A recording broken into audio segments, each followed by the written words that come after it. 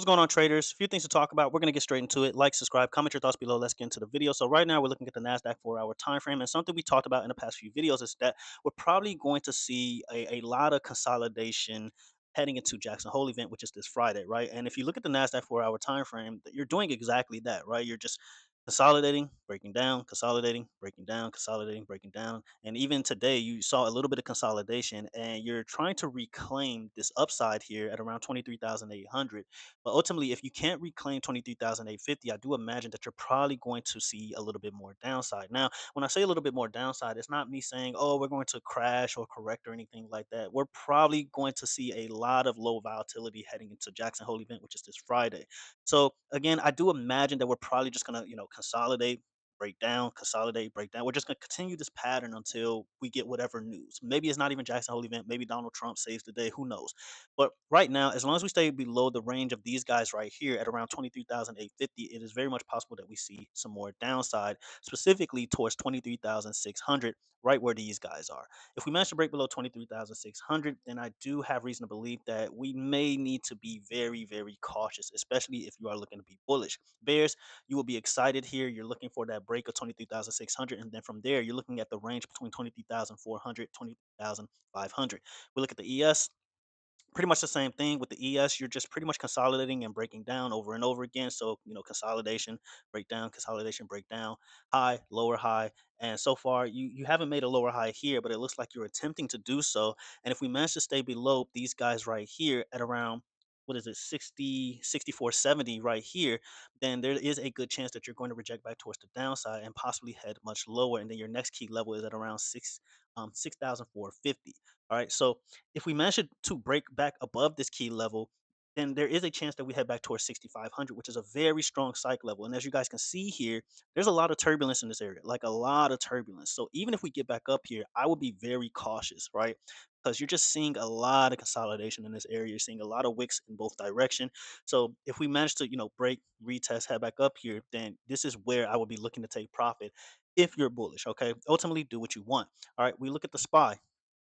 SPY, pretty much the same thing, right? You're holding key levels, you're consolidating, you're breaking down, but you're not seeing anything crazy in regards to upside or even downside. And this is something we talked about in the last few videos, where you're probably going to see a lot of low volatility heading into the Jackson Hole event, right? But right now, you're seeing SPY hold 643, right? You're just bouncing within this range between 643, 644, we could say 645 psych level, but you're just not getting much action. If anything, it's just an individual stock market, right? Where you're just seeing individual stocks pump to the upside and individual stocks tank towards the downside. But for now, as long as SPY holds 643, there is reason to believe that we're just gonna, consolidate or possibly pump towards the upside. Who knows? But if we manage to give up 643, it's a very tight range towards the downside. So it's not worth getting too excited about if you're bearish. If you're bullish, I would say until we get below 638, there's not much to worry about. I mean, again, you managed to break below 643. You're heading towards 641.5.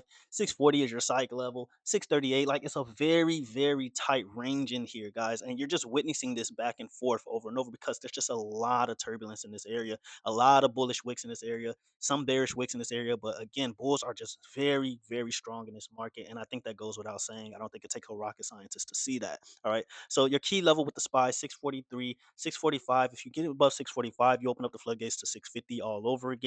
But as long as you stay below 645, there is potential to head much lower. But again, trust the levels, stick to the key levels here. Triple Qs. Triple Qs 577 once again is your key level here. And like I said with the SPY, you're just very tight range, guys. 577, 575, 574 range. All right. Keyword is range there. Somewhere around this range. If you manage to break below here, let's say we get like a break and retest towards the downside or something like that. So, you see something like this break, retest, and head much lower, then you're looking at 570. All right. 575, 570, 568 range. Okay. So, yeah, as long as you stay below these guys right here, you're kind of, it looks like you're trying to break above them a little bit, but again, nothing worth going crazy about. But if you do manage to break back above 577 and actually hold, then there is potential to head back towards 580s. Maybe you form some type of double top here. Maybe you just head, you make new highs. I don't know. Right. But again, you want to be cautious heading into Jackson Hole event. All right. Jackson Hole event is this Friday. So you definitely want to be careful. Can we see upside? Absolutely. Absolutely. Right. We can see upside. But Again, I don't think we're going to see anything too crazy. Okay. I think it's just going to be a really boring market overall. All right. But ultimately, do what you want, trade how you want, do what you want, do your own research, do your own due diligence. But right now, as long as we stay below these key levels, there's not much to go over here, right? As long as we're consolidating, there's not much to talk about here. All right. So today in the Discord, we traded Circle to the downside. We got into 140 puts on Circle. We jumped in at around 146. So what I was doing was I was waiting for this break of 147. We broke below 147 and held. We closed on the 4 hour. We closed on the 4 hour time frame. So it looks like Circle can head much lower. And right now I have a target of about 120 on Circle. Okay. So far, even though the market is consolidating and pumping, or not even really pumping, but mostly consolidating towards the upside, you're seeing individual names just either tank or pump. And Circle is one of those names that's pretty much just dropping towards the downside. I do imagine that there is very much a possibility that you could form some double bottom here at around 135. But for now, until I get confirmation of that, it's very much possible that you head towards this 120 area here. So we traded Circle towards the downside. We jumped in at around 146. We jumped into 140 strike puts, and then we took profit at around 143, 142. As you guys can see right here. Do what you want with this information, but yeah, that's what we're looking at for Circle. I think Circle can see a lot more downside, but be careful trading within this area right here. Very much possible that you could see some type of double top, I mean not double top, double bottom scenario here.